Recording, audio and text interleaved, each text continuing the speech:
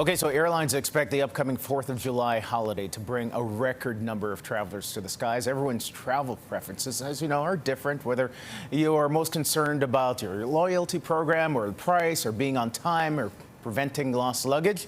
Luckily, the points guy himself is here to help out. Brian, good to see you, my friend. I like that call out for loyalty as the most important thing. You're pandering to your audience. You know who we are when it comes to that. Our first meeting was about frequent flyer miles.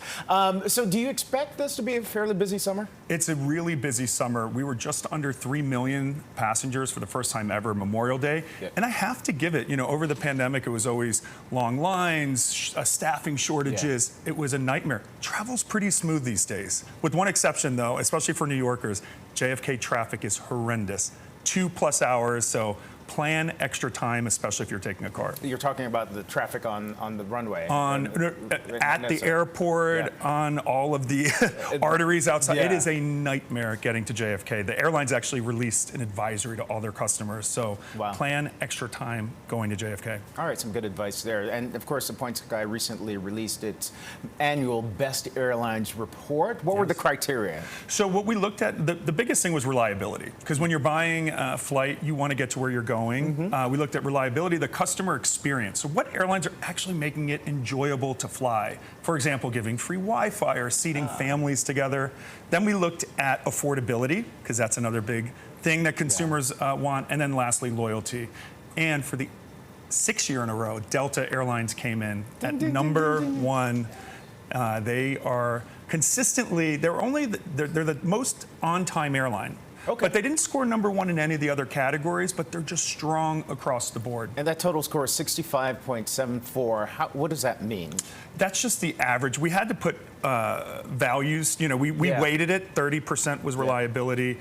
Delta did not come in top for their loyalty program. If you're in the points world, we know. That's my program. They've got a great program, but it's really expensive compared to some of the others. But Delta's invested a lot, and I think they give their employees profit sharing. And I don't know about you, but like Delta employees are just happier. They are. People always ask why. I'm like, because they're being paid. Aren't we all happier when we get a bigger paycheck?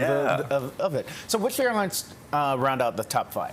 So Alaska Airlines was number 2. So the only real change this year, United was 2. They dropped to number 3. Now United had a meltdown last year. They also had a grounding of their MAX 9 planes, which hurt their reliability.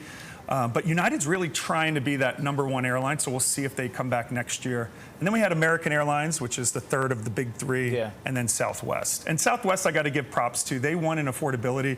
They still don't charge for checked bags. They're really the only airline. You can still check 2 bags on Southwest, which we got to give it up to them. They're not nickel and diming. Yeah, exactly. Unlike Spirit Airlines, which is my co-anchor, Ernie's favorite airline. None of these airlines scored high in affordability. Which carriers got that? So affordability, Allegiant did really well. And actually, Allegiant also scored the highest in reliability. So they were, while Delta has the most on time, Allegiant didn't bump a single passenger in 2023, which we gave them credit for. So Allegiant was kind of a dark horse candidate that started scoring really well. They're a smaller carrier. They don't really serve New York City, but... Yeah, and Spirit I saw as well on the affordability list. Okay, Brian, thank you so much. So great to see you.